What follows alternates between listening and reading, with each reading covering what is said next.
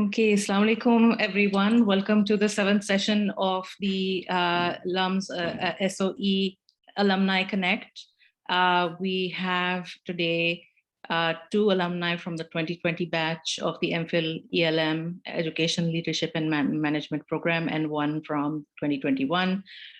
So I will introduce them and then we will spend about 40 minutes hearing about their journeys after their MPhil program. My name is Razia Sadiq. I am an associate professor at the School of Education. So welcome everyone. We have it open for the wider LUMS community today for the first time. So welcome everyone, whoever is joining from across the university. So I'm going to introduce the 2020 graduates first. So we have with us Hina Sohail, who is currently the Assistant Manager, Organizational Development Training and Human Resources Projects at the City School Head Office. Welcome, Hina, just to share a little bit more about you. So the kind of work that Hina does is in her current position is that she develops training programs to facilitate change management initiatives, and she reviews the current development program to ensure the achievement of company goals. She builds human capital and a strong employee development culture. Her role involves developing evidence-based and data-driven projects to ensure professional development of the employees. Welcome, Hina. Thank you, Dr. Azia. And then we have also from 2020, the 2020 graduating batch, Adil Sattar, who is joining us, I believe, from Karachi.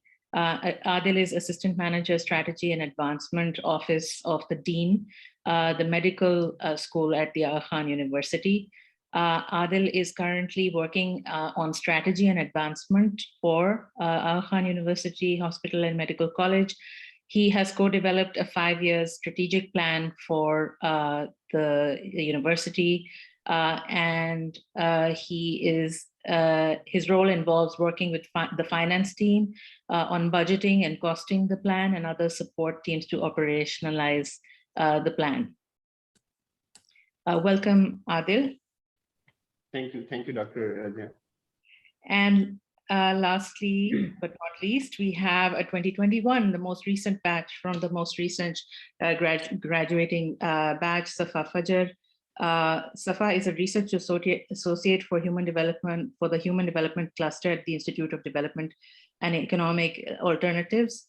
Safa is working as a research associate, and her work involves researching as well as assisting and monitoring and evaluation of existing research efforts and government programs. She has primarily worked on developing multiple research projects which aim to tackle early childhood poverty and enhance school readiness through multi-sectoral approaches. The pathways to alleviating poverty and improving educational outcomes she has studied and continues to engage with include interventions in maternal and neonatal health, and the quality of caregiver-child interactions, mental health, nutrition, and access to clean water. Her personal research interests lie at the intersection of education and gender. Very, very warm welcome to you, Safa, as well. So all three of you, thank you for taking out the time to be with us from your very busy and accomplished positions. Today we're here to essentially share the richness of your journeys from the time that you entered, you joined the MPhil educational ELM program, but moreover the School of Education community, and you formed it. So like I said, we will spend the next 40 or so minutes just learning more about what your journeys were like, and then open it up for questions from the audience. So first of all, let us know, we can go one by one. You can choose whoever wants to speak first. So from one to the other, we can go like that. And so just tell us a bit more about what you're doing beyond what's written in your bios, which I just read out, and how did you get here? Okay, so as Adil mentioned, I would go first. Currently, again, as I mentioned, I'm looking after trainings, OD, and HR projects, special projects in the city school head office. So it has evolved over time. When I came over here, I started off with the employee engagement. The thing was that a lot of people told me that, it's you were the person of education management and you were working with core HR in education industry. So how do you relate with these things? At first, I would say that, it took me some time to understand how I can incorporate my learning in this and how essential an educational background is for, especially in trainings and L&Ds and OD in any industry, be it an education industry, be it, other industries as well. So my role evolved from employee engagement to OD, in which I, co-drafted policies at the city school. I co-drafted the SOPs, working procedures. And then I moved towards the idea of analysis, psychometric analysis that has been done, which is basically, in simpler words, more of a TNA for the for organization, and it especially involved school leadership, and it also involved ARDs who are looking after the schools mainly over here. And then we moved towards training. When I moved towards the training, you basically collaborated with CEPD, which is actually the training department over here for the teachers, and introduced the school leadership to the idea of finance, HRM, other support functions, which help run the schools as well. So, over the course of 1 year and 8 months, I have, kind of performed different roles. Even I got into the recruitment as well. I did the job evaluations as well, job evaluations which are suited for the education industry. So I think I mainly utilize the management part out of ELM and the leadership part out of there. And I think the course which helped me a lot in understanding how I can basically mobilize my leadership over here is from a lower level is the leadership and the political change that was like done by Mariam Chuktai, and the readings we did in Haifetz. I kind of correlated it with how I can fit well with human resource and how I can bring the educational background into that. So this has been a roller coaster ride. There were, of course, ups and downs where I was questioning, am I in the right direction or not? But truly, it has turned out to be a fruitful experience for me in terms of learning something which can be more interdisciplinary, something which is like trainings in HR and education, how they can, collaborate together to, make a wider scope for the students who are doing ELM at the moment. Because when we talk about ELM, even the market industry, it only focuses on, okay, are you going to teach only, or are you going to be just the core researcher? But there are so many other avenues that you can explore from ELM, why, from the different courses that you have taken, which can help you get into the different avenues as far as the professional journeys is concerned. That's what I did on my end. I was very averse from data when I was at School of Education. I was like, oh my God, I did not sign up for that. I mean, numbers and numbers and numbers. But now when I'm in HR, I have realized the idea of analytics over here, the importance of analytics over here. And whatever I learned at SOE, it has helped me a lot in HR analytics over here as well. And that's why I am also specializing more in the data analytics through the Power BI at the moment and through SQL. So yeah, I mean, yes, for me, the professional journey has been, like this so far. Thank you, Hina. Adil? Okay, perfect. So thank you so much, Dr. Razia, and everyone, and good evening as well. So I'll start with I will briefly touch upon why did I end up at SOE, and then I will talk a little more about how does that relate to my current work, right? Initially, so when I was in my last semester at LUMS, I came across this course called Economics of Education, and back then it was being offered by, if I remember correctly, Dr. Rabia Malik and Dr. Faisal Bari, right? So that's when I got introduced to this idea of how do you make school work, and more broadly, how do you make systems of education work, right? And generally, like what's the rationale for education? Why do individual and state, for that matter, invest in education, right? So that really got me intrigued into this idea of education. And since I was pursuing an undergraduate degree in economics, so I was looking at something where I can apply or carry forward my training, a little training in economics, to whatever I do post graduation, right? So luckily for me, I remember walking into Dr. Rabia Malik's office, and I was like, okay, I'm a econ student, and currently enrolled in your course. And I really find the readings fascinating. I remember it was a Monday 8 a.m. class, and back then we were like these undergraduate students, and still I ended up attending all the classes, right? So I was like, I'm very curious to know how does economics applies to education, right?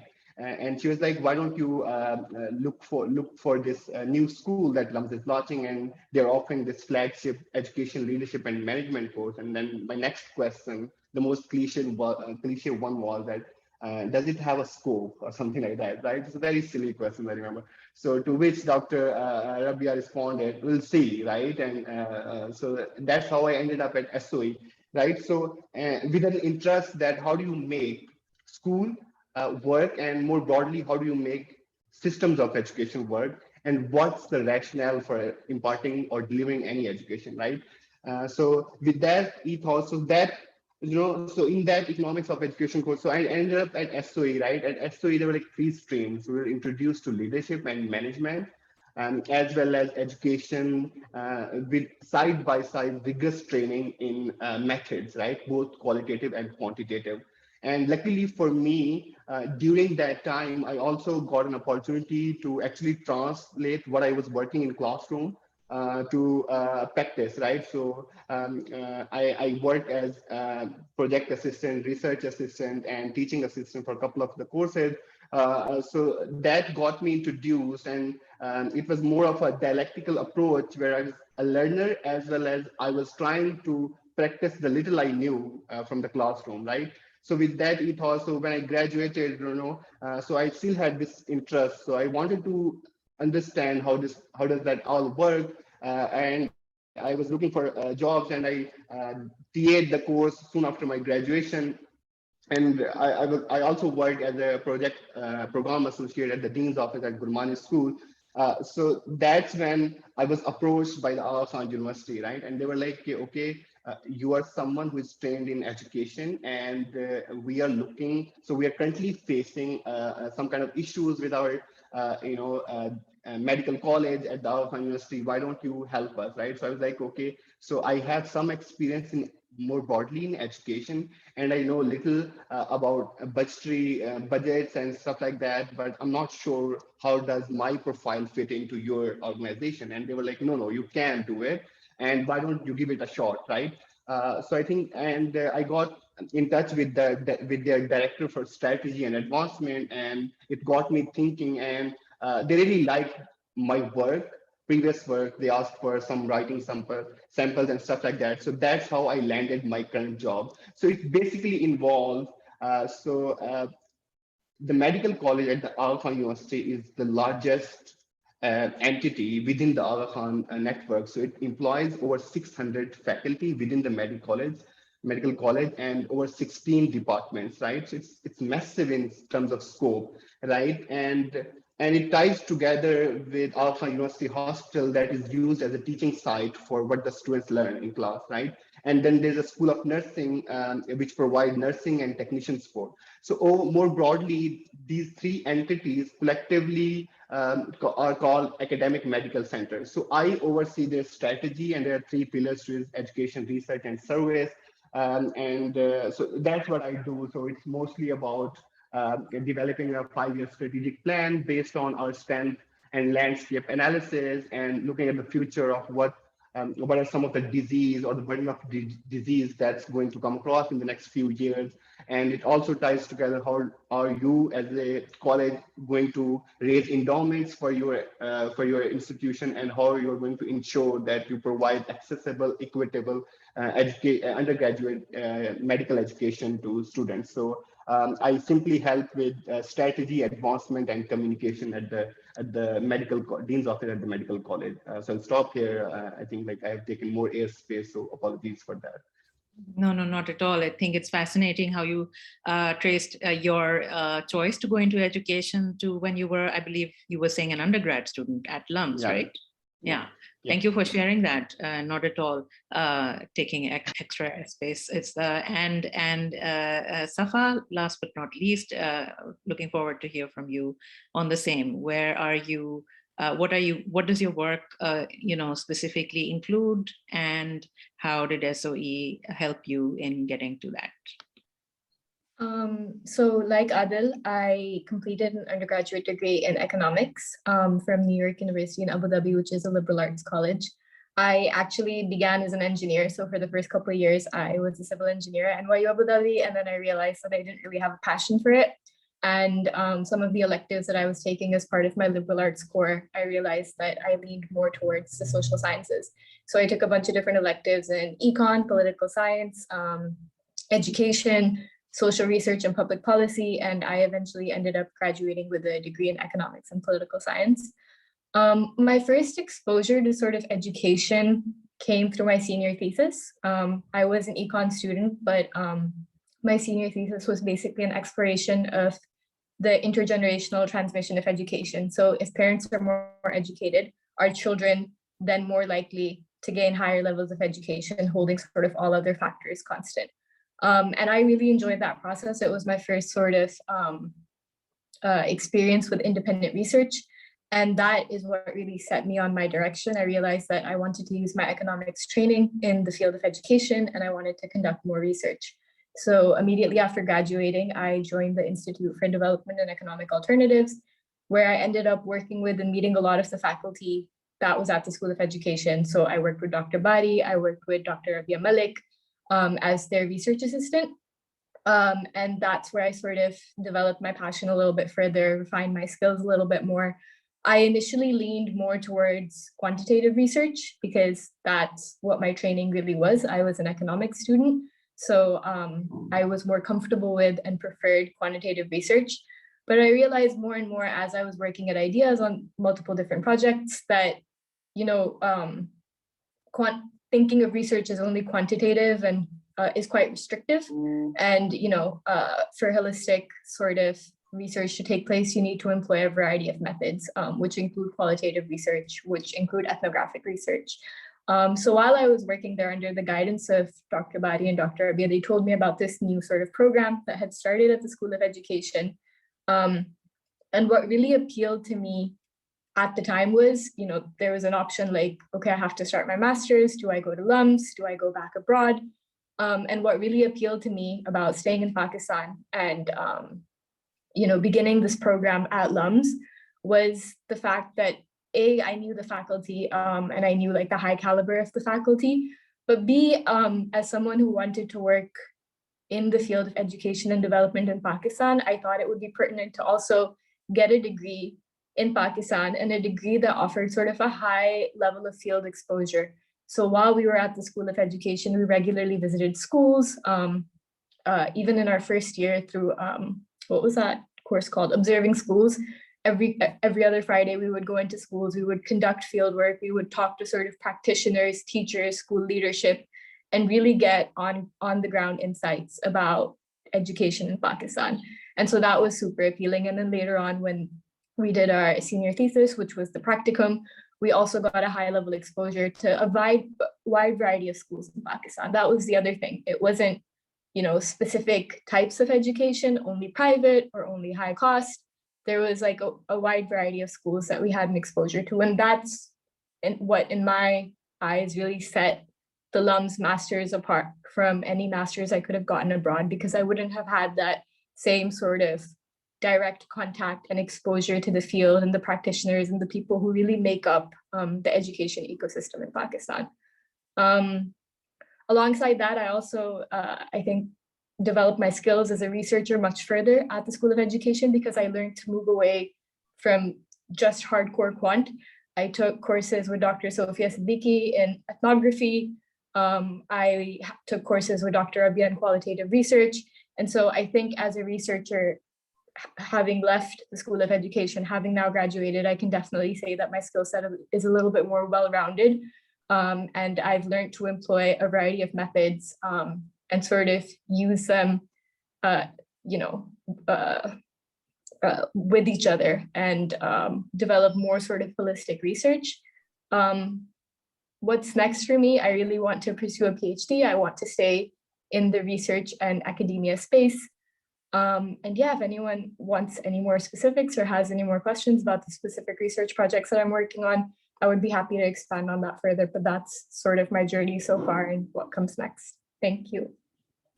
Very good. Thank you so much for sharing these three very different journeys. So my next question would be obviously pandemic related. So, all of you graduated in the middle of the pandemic. Well, 2020 batch, the pandemic had just begun, and your batch, Safa, was sort of immersed in it in a sense, like you must have had your last 2 semesters remotely, right? And then you transition to your workplace or your work, your work context in the pandemic. So was there anything, I mean, I know that expectations, are one thing, but then making this huge transition from being a graduate student to the workplace or the workforce, would you like to share any kind of experiences that, your skill set and your experiences at SOE really helped you navigate?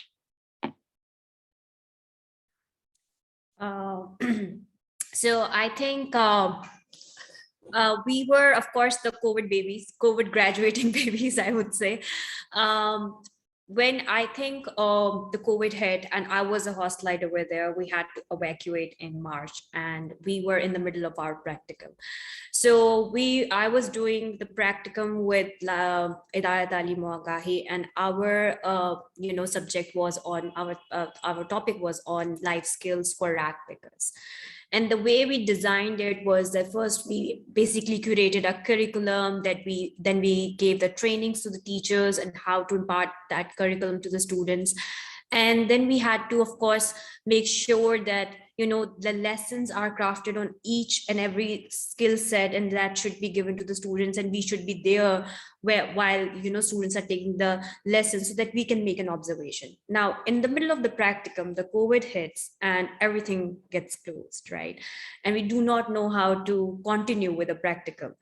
So I think at that time, me and my group came up with this idea of, I think that was the first online thing that we did.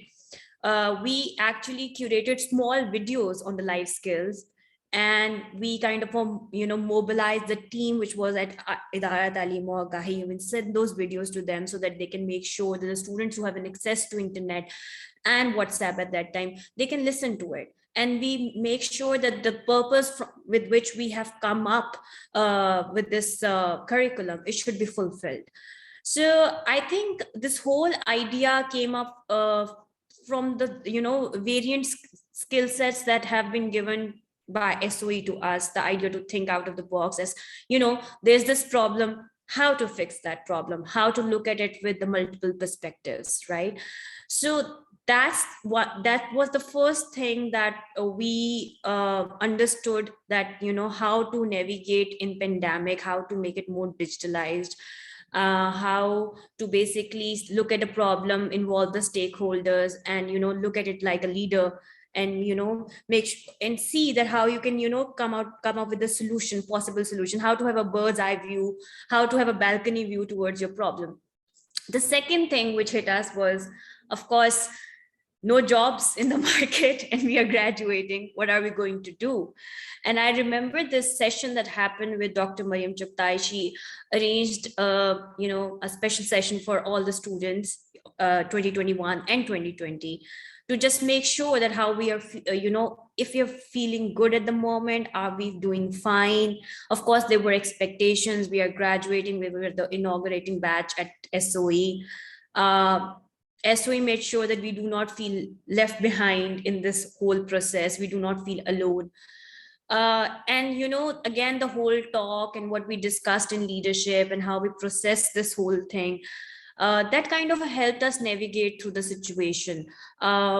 Personally, I did not have to struggle much.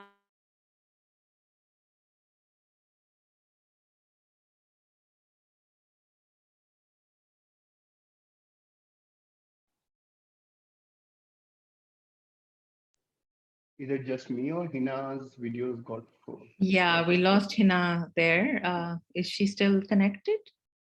Yes. So I guess, okay, we'll I wait think, for, yeah, or either you can move to Adil and I just check with okay, Hina. we can, sure. Okay.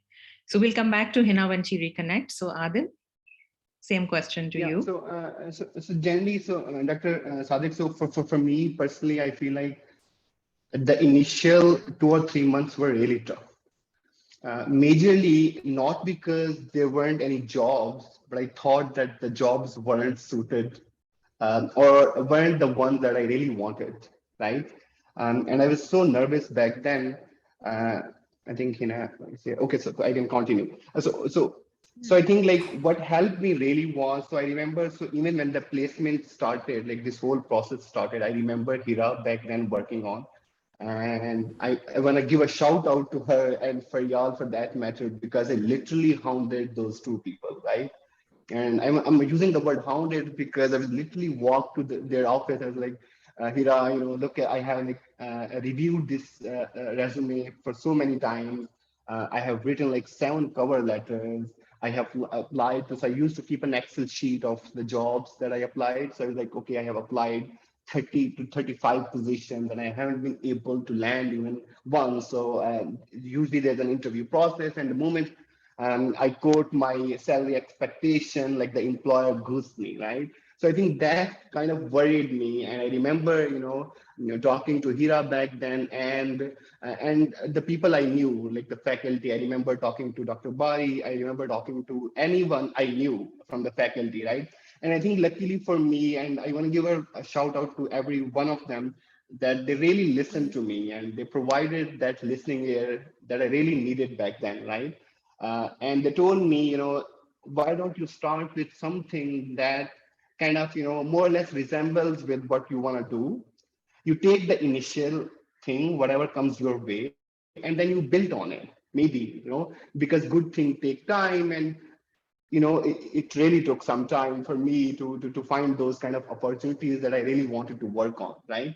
But for me, I think that also created an opportunity to really improve my knowledge of how to really search and market yourself as a brand to employers, right? So I ended up taking some courses in personal branding, resume writing, or how to write a perfectly curated elevator pitch, things like that, right? So I spent that time investing in my skills, right? And I was also naturally I was worried as well, but for me, luckily, within 2 or 3 months, I was able to land the opportunities that I really wanted to work on. So that was at LUMS.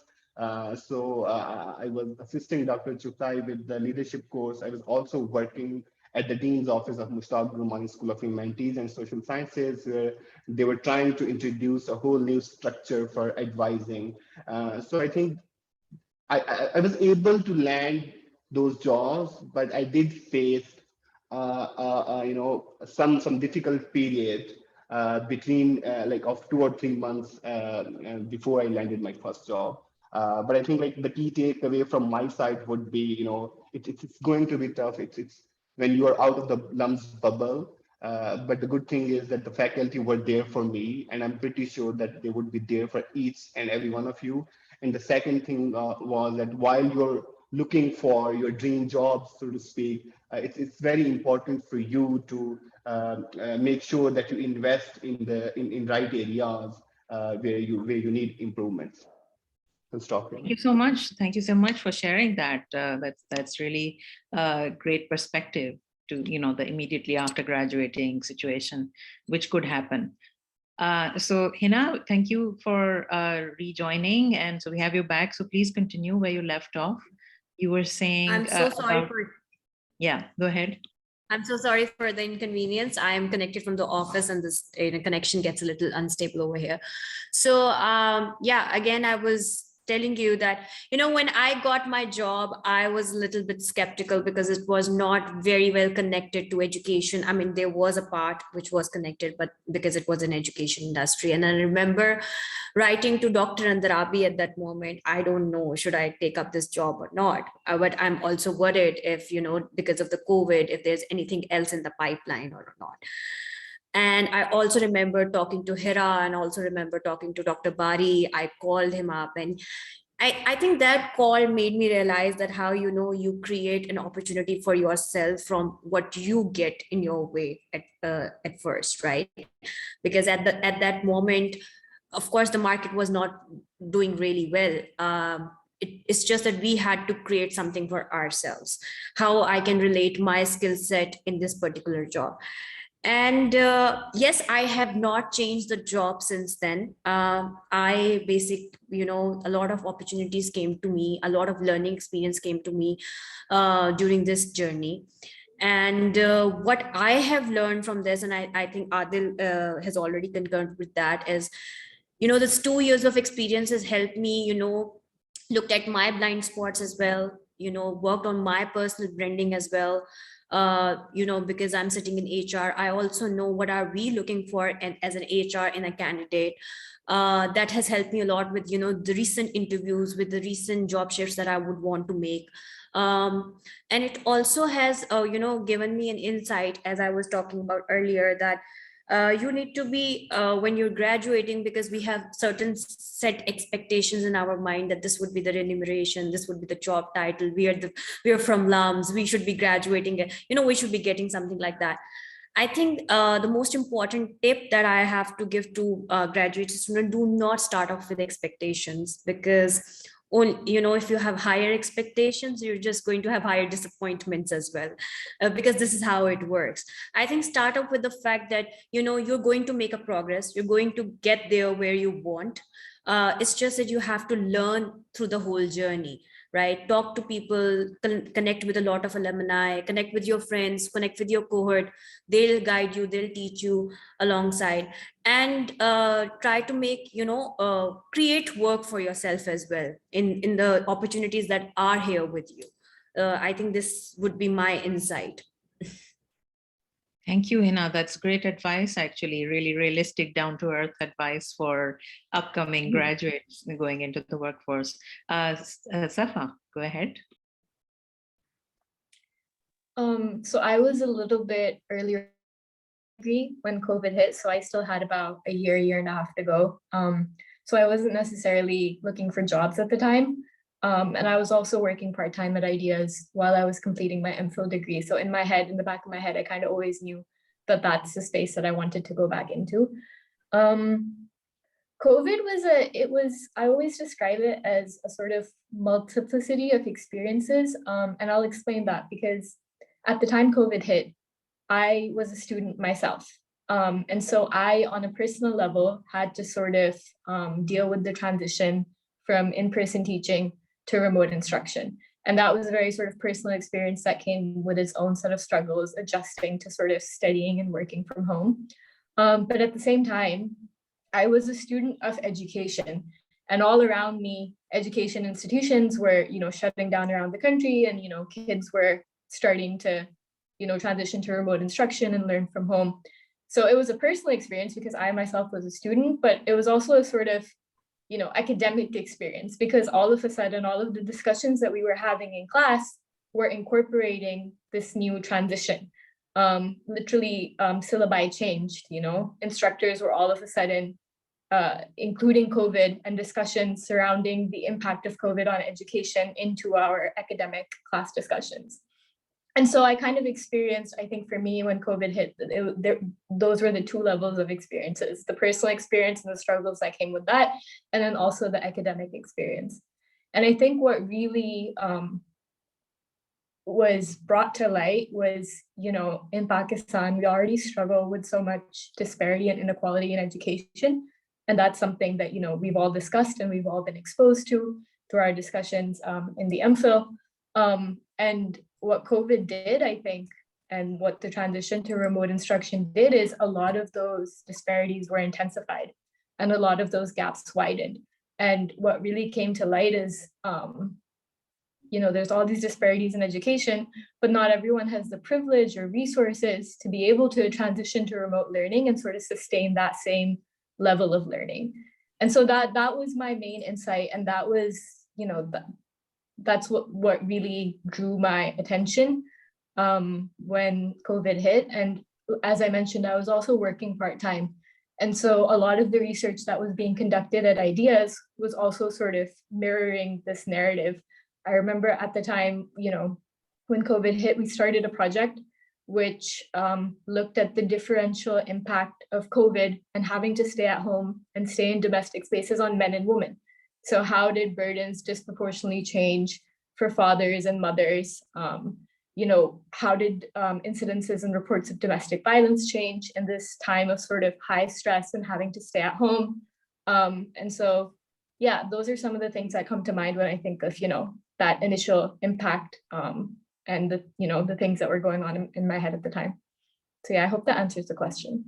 Yes, sure. Thank you so much. So since you are working in the same place where you were working already during your student days, there wasn't a huge transition for you in terms of change of role. And got it. Okay, thank you so much.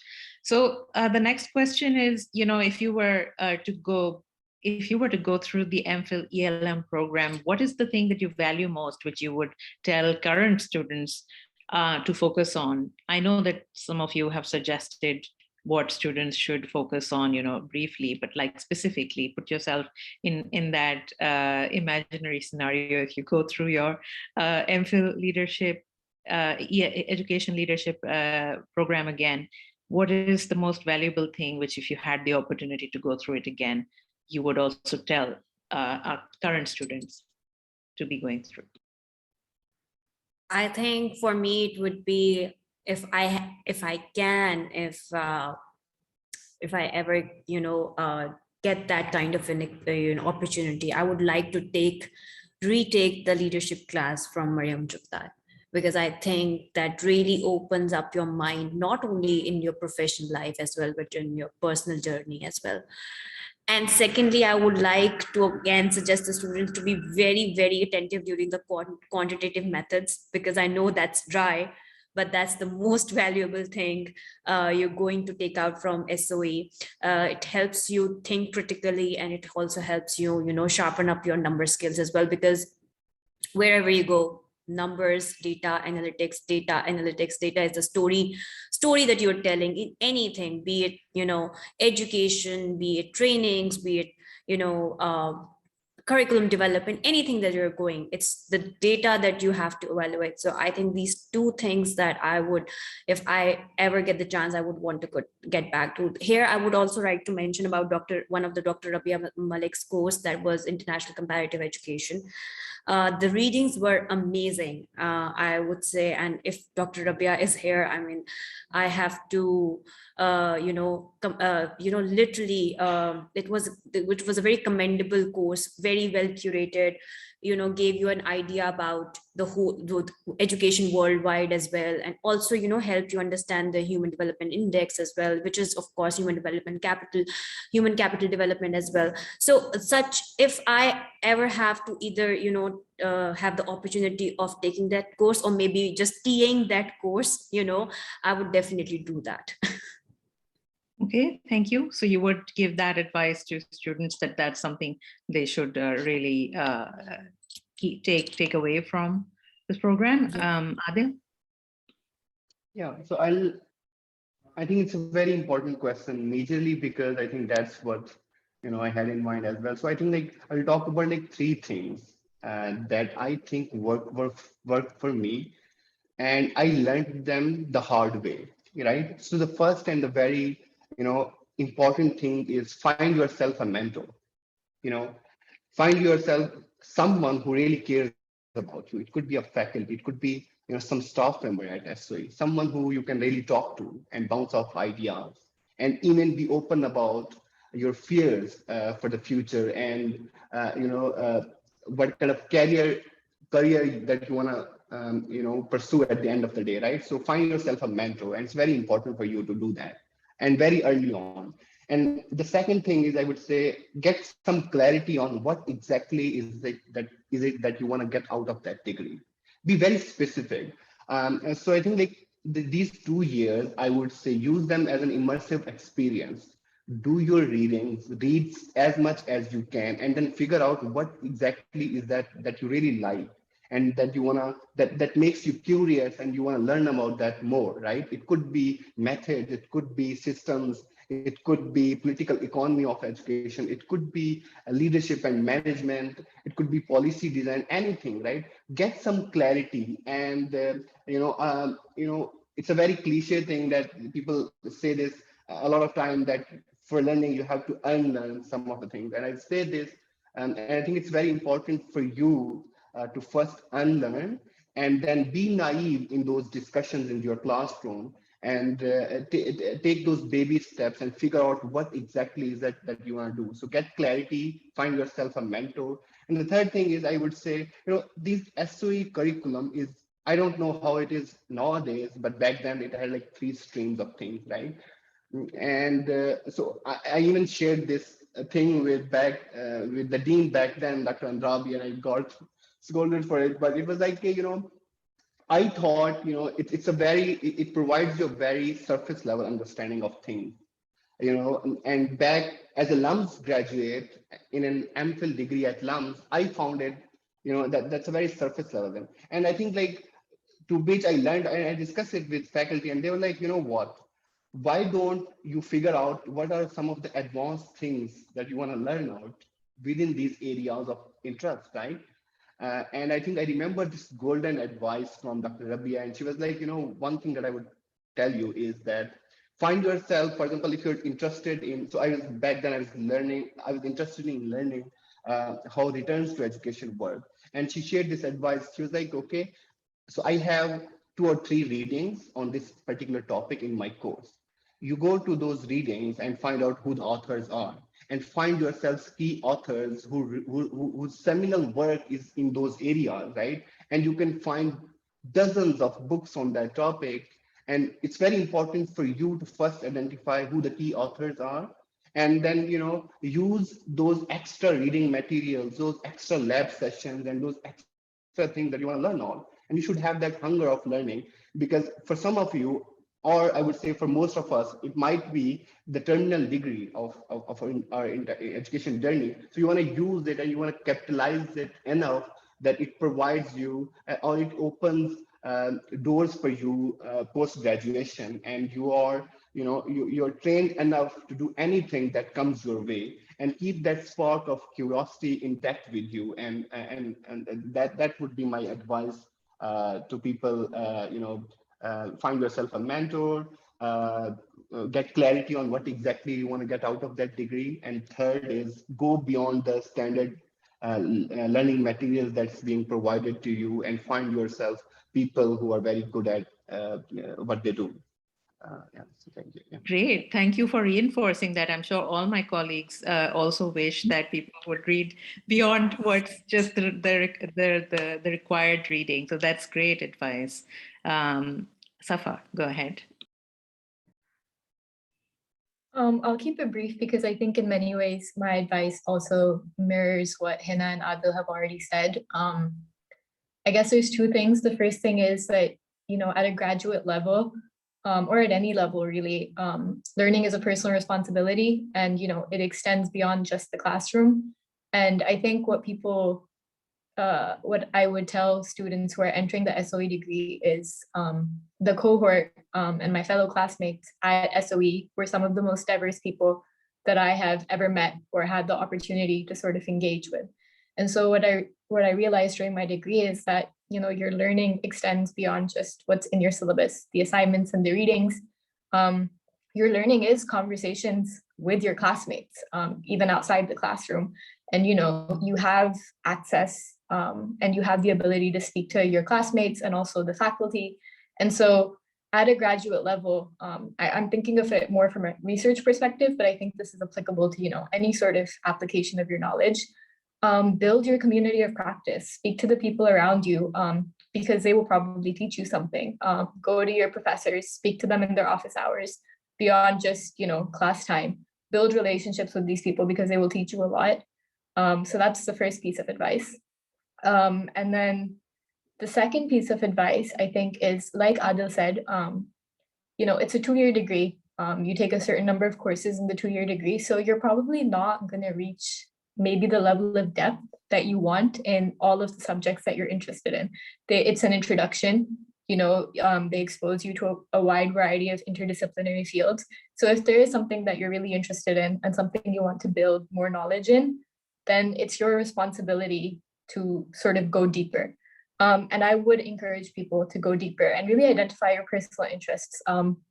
After doing the MPhil degree, I think I really honed down on what it was that I was interested in. I wanted to look at the sort of intersection between education and gender and how the school could be used as an intervention site to, mediate and transform sort of broader societal systems and societal injustices. And that's something that I really nailed down during my degree, and something that I chose to read further on. So yeah, go deeper, talk to the people around you, because talking is, I think, the most underrated form of learning. Just having these informal conversations with your professors and your peers. Just use the community around you, I think, is important. Yeah. Wonderful. That's a great suggestion.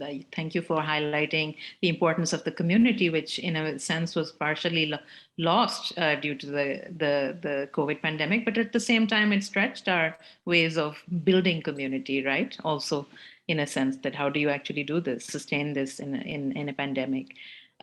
So last but not least is a final question for you. Do you have any advice for the School of Education, programmatic or otherwise, that you would like to share with us? It's a very tricky question with all the faculty and everybody's sitting over here. Okay, so when I was doing that program, I had certain reservations regarding the program, and of course every student has, because we come up with a certain mindset in that this degree will lead us to this, right? It was, of course, an extremely highly proficient learning experience, but at the same time I believe that it's ELM, right? It's education, leadership, and management. I believe that, School of Education needs to strengthen the management component over here. Because even if we focus only on the schools, let's hypothetically, we just focus on the schools. Schools itself is an institution, and it, apart from teaching and learning and research, there are other components of the school which have to be very strong. When we talk about teachers' remunerations, and when we talk about, budgeting in schools, then we talk about school improvement plans in general. I think that, we need to understand the HRM as well. We need to understand the financial side of the schools as well. We need to, some, very introductory courses on these things, so that we have the basics before coming out into the market as well. Because, there's students who aspire to be entrepreneurs in education after this degree as well. So, such component of management needs to be incorporated in the degrees as well, make it more interdisciplinary, maybe, pick up some courses, give us the choices of courses from STSP, or maybe from the Gurmani school, or from maybe law school or engineering school side as well. That will, make the whole graduate experience wholesome, and also give them different avenues to think about while they're, curating their careers in their head. That's one piece of advice that I have actually, also lived through as well, while looking for a job, while also staying in the job, working through the job as well. So, yeah. Thank you for that. Thank you. Adil? Yeah, I'll first second Hina on the management piece of it. And then I have a general advice at the school level, if I may.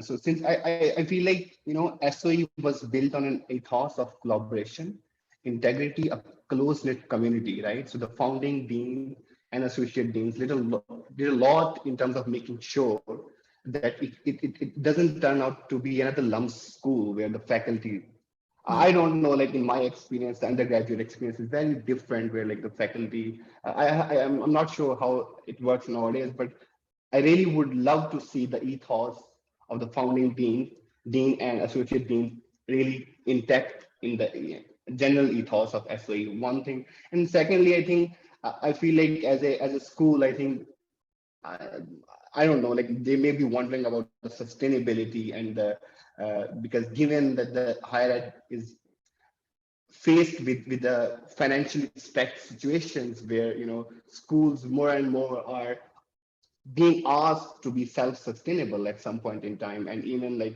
with the generally the non-profit world is facing that issue. And I think it's very important not for SOE as an institute but also for the students who would end up being or lending or working in the development or not-for-profit sector. It's very important for them to have those fundraising skills. How do you think about sustainability, right? How do you think about cutting costs, right? Or generally, how do you make non-profit sustainable? So I would really like SOE to offer those, big picture courses on fundraising and management, because I think as we move towards in the near future, the future school is the one that's really self-sustainable, and even the future non-profit is the one that's very self-sustainable. So I would really like SOE to keep that in mind and position themselves as a school of tomorrow, right? Because I would really like to see my alma mater thriving and becoming like one of the top schools in graduate schools or undergraduate school for that matter. So yeah, so that's that's the Thank you. advice that I have for that. Thank you so much for that, Adil. And Safa? So I think there's three quick things that came to mind in terms of recommendations for the School of Education. And I'm coming at this from a research perspective because that's what I know. So like, if it's biased, it's biased. I think one thing that I personally felt that for a graduate level sort of degree, I think the methods training could have been a little bit more rigorous than it was. I think we had professors who like specialized in qualitative and ethnographic research. And so I think I definitely got a good level of exposure to qualitative and ethnographic research. I do think the quantitative training could have been a little more intensive because I felt that for a graduate level course and compared to some of the things that, my fellow students who were also enrolled in education degrees and graduate degrees, the kind of work that they were doing was slightly more in-depth and intensive than the data training that we were receiving. So that's the first thing. The second thing is, I think there's a big focus, as I think Adil mentioned, at the School of Education on collaboration and working in teams. And I think that's incredibly important. I think, like I mentioned before, one of the biggest assets at the School of Education is, your diverse peers. And so there are merits to like working in groups. What I did personally feel is I think there was a massive skew towards group work. There was a lot more group work in my 2-year degree than there was sort of independent inquiry and independent research and avenues to develop independent personal research within the classroom. So I think there needs to be a little bit more balance between, projects and assignments that you do independently and projects and assignments that you do as a group, because I think there's merits to both and there's different things that you learn from both exercises. And lastly, and again, I recognize the limitation of, COVID coming in, and I think that was definitely a big factor. But I think, as Hina mentioned, there are fewer sort of management electives than there are any other sort of electives at the School of Education. I remember before I joined, there was one particular course that I was very interested in taking, which was, I think, the strategic management of nonprofit organizations, which eventually wasn't offered while I was there. So I think, but I recognize it's a new school, it takes time to sort of build up that portfolio of courses that are being offered. But I think in the future, if there is a sort of wider variety of electives and the areas in which the electives are being offered, that would be a really great learning opportunity. Thank you. That is excellent and very valuable advice. Thank you for speaking freely and taking the opportunity to share this. We have noted them down. And with this, I'm going to open it up for questions. We already have a question from Maham. Maham, if you would like to switch on your speaker and speak your question. So, Assalamu alaikum. I have a question for Hina, given that she is working in the HR department. I want to know that you went for it and you still you did not have an HR specific qualification. How did this happen for you? I hope my HR colleagues have not connected, although I share this with them. When I jumped into HR, I realized that you do not need to have a qualification for that. It's a general thing. You need to have a sense, you need to have a little bit of a training, you need to have your interpersonal skills, and you're good to go. So I have met a lot of HR people, HR heads who have their qualifications in psychology, they have got their qualification in English language, they've got their qualification in, finance as well. So I don't personally think that you need to have a qualification. You need to have, standard skills to work in an environment, and of course to stand out in order to become an HR professional. I don't think so, a specific skill is required. Although I would like to mention that you can have, if you enter into this avenue through this degree, and there are certifications definitely that you can do later on in your career, and those are SHRM and CIPD, and these are like the certifications of 1 year or so, and that really elevates your career altogether. But other than that, no certain qualifications are required to excel in that. Thank you. Do we have any more questions? Maham, did you still have another question? Oh, yes. So any one of you can answer this. This is about saying yes to a job opportunity, which you aren't that enthusiastic about, just because of this fear, okay, what if you don't hear back from the one you really, really want? How to go about it in your professional life, basically. मतलब आप एक जगह हाँ कह रहे हो और उसके बाद आप कह रहे हो कि नहीं नहीं मुझे वहां से अब ऑफर आ गई है. How do you go about it, and how should you be dealing with it? I think, am I making myself clear? I don't know. Yeah, I understand. Adil, would you like to take this?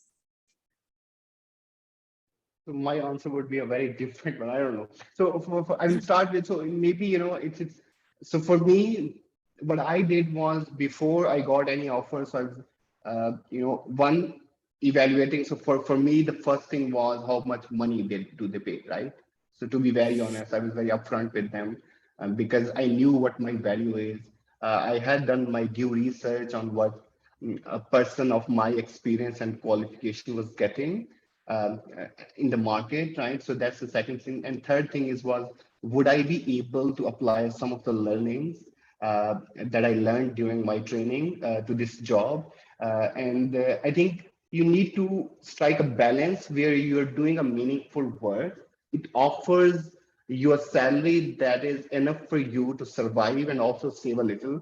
And the third thing is that it's growth-wise. It's something that would challenge you in doing, or it will make you a little uncomfortable, and it will make you learn more or add some more skills to your already repertoire. So I think existing repertoire. So I think like that would be my advice. I don't know whether this would apply to you or not, but and talk to people generally. I think like I also discussed every opportunity with my mentor as well as the faculty at SOE. So they really help you guide and navigate those discussions. And I think you should capitalize on the wealth of experience that the faculty have, and also the placement office at SOE. So you should talk to them, and before accepting any offer, just give it a thought, a week or so, to really do your due diligence before accepting any offer. Maham, if I have understood your question well, can I repeat it? So you have accepted a job offer from somewhere else while waiting for the job that you wanted to get. Now you have made a commitment somewhere else and you want to bail out from that commitment and move to another to the organization that you want to move. Is that right? Yeah. Maham? Yeah, that is. That is right. So I'll give you an HR insight into this. So, you know, a commitment is a commitment, and a market is a closed place as well. So there's going to be a lot of word of mouth about the candidates. I have personally experienced that with a lot of candidates over here. Experienced that, you know, because I'm working with the city school and there's a lot of transfer from city to Beacon, from LGS to Beacon to city and all, you know, so it's a closed community as well. Before saying no to the people that you've already committed, you have to communicate with the, you know, of course, the recruitment manager over there, and be honest that, you know, I applied to this job, I was looking for this opportunity. It's always good to leave that job on a good note, because if you don't do that, it somehow, you know, you're in the same circle, it kind of bites you back. So be very strategic in that regards. And secondly, what I truly suggest is, do not stick to something that you don't want to do. All you have to do is to handle it wisely. Move to your dream job, but make sure that whenever you're doing, you do not have an obstruction in the relationship with the organization that you're already working, or the organization that you have committed to, because you come across people, the same kind of a people, and you need to have a strong relationship building. It's job market is nowadays is more about networking rather than, you know, coming up with a very crisp resume, because this would be my advice to you while, you know, tackling that situation. Thank you, Maham. Is that does that answer your question? Yeah, it does. Thank you so much, Adil and Hina.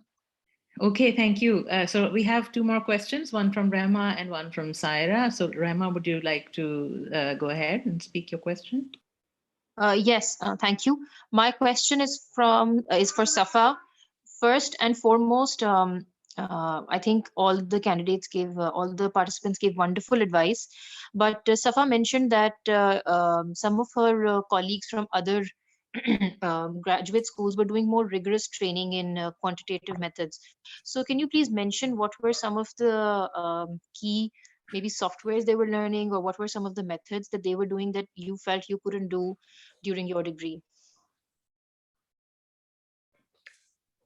Thank you for your question, Rahma. So what I mean by more intensive sort of quantitative methods training is, I think, so there's two courses that are offered at the School of Education. So I think we take a data analysis course, which is a core that everyone has to take. And then on top of that, Dr. Kesser also offers a course in impact evaluation, which is an elective. So if you want to go further, you can, but a lot of people simply stop at the data analysis level.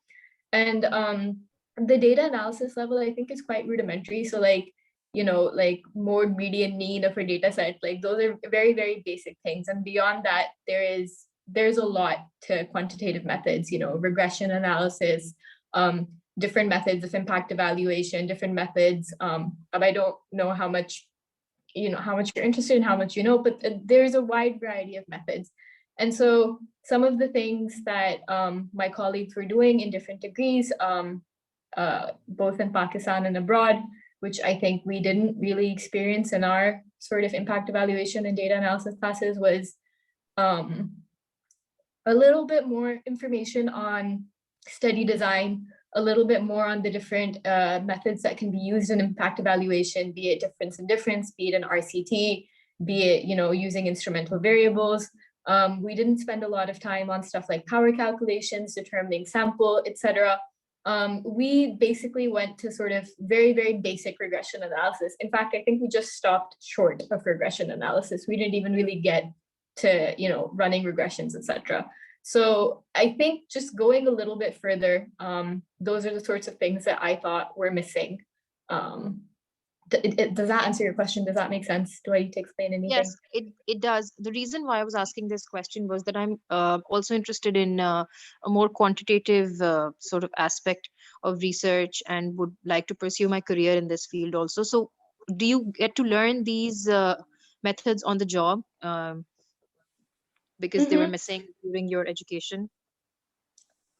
For sure, you definitely learn on the job. So for example, I am, in the work that I'm currently doing at Ideas, we are developing a project in which we want to introduce like combinations of interventions for children in early childhood to see if introducing these interventions, access to nutrition, stimulation, clean water, then goes on to have an impact on later life outcomes. And one of the things that we had to do as a part of the study design is power calculations.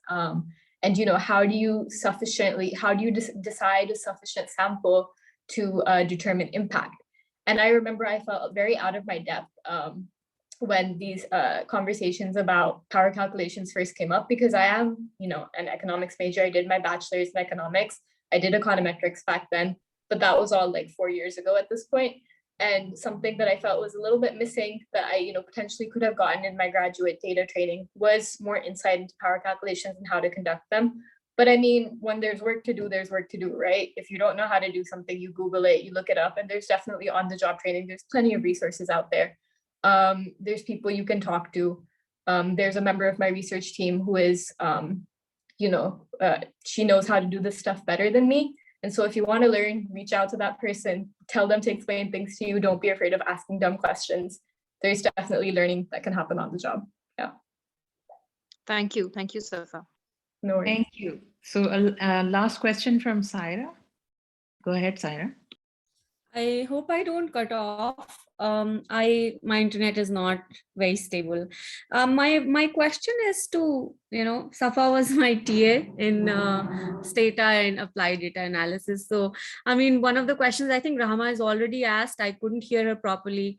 It's basically how to improve the skill in, qualitative data analysis, especially when it comes to those softwares. But my other question was to Hina, I think. I'm sorry. Yeah. Yeah. Hina, do you think that SOE alumni can actually you're working at City School. I'm not sure if City School is a partner school in collaboration with SOE. Like, if we can go to a lot of schools for observations and, they're partnered with us for practicums, also some of them. So do you think people like you can have an impact where you can actually start a process where more schools can become a part of that collaboration? Of course it can happen. I can, if I don't know if City has partnered with LUMS at the moment, because I remember when I was at ELM, City was, there for the interview though. I can, of course, start off the process with regional teams over here, and they can, associate the alumni or the students with different schools where they can have their, projects. So that's completely doable. But about other schools, I can't really, commit on their behalf. I can't commit on Beacon House or LTS behalf, but I can commit on City Schools behalf though. Okay. Syed, does that answer your question? Okay, great. Any last thoughts or questions from the audience? Just very quickly. Faculty members, Dr. Bari. Okay, so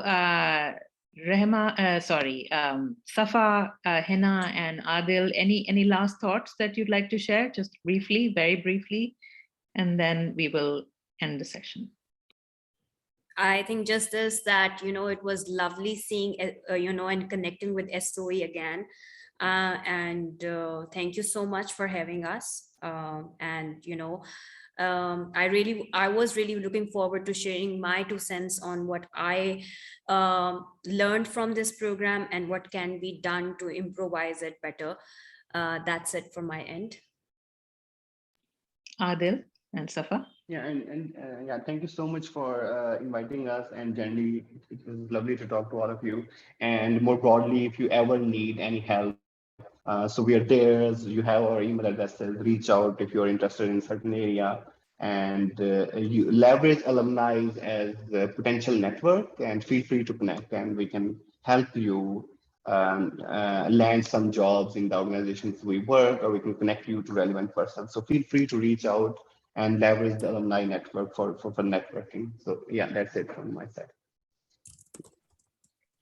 Yeah, same. Thank you so much for having us. Thank you for taking the time to listen, and don't hesitate to reach out. I'm not sure if they'll have our email addresses, but if those can be shared, happy to talk and discuss anything that you guys want to talk about. Yeah. Thank you very much. Thank you for an excellent session, all three of you, for sharing your wonderful and sometimes challenging experiences also in a realistic way. And thank you for giving the time and the extra time that our session took. Thank you, attendees, for being here this evening. And we wish you very good luck and, all the best for whatever you're doing. And hope to see you back at SOE in some form or the other soon. Thank you. Thank you, Dr. Razia. Thank you, Adil, Safa, Hina, and Dr. Razia for such a wonderful session. Thank you so much. Everyone. Thank you, Michelle. Thank you. Sarah. Allah No, Hafiz. our pleasure. Bye. Khuda Hafiz.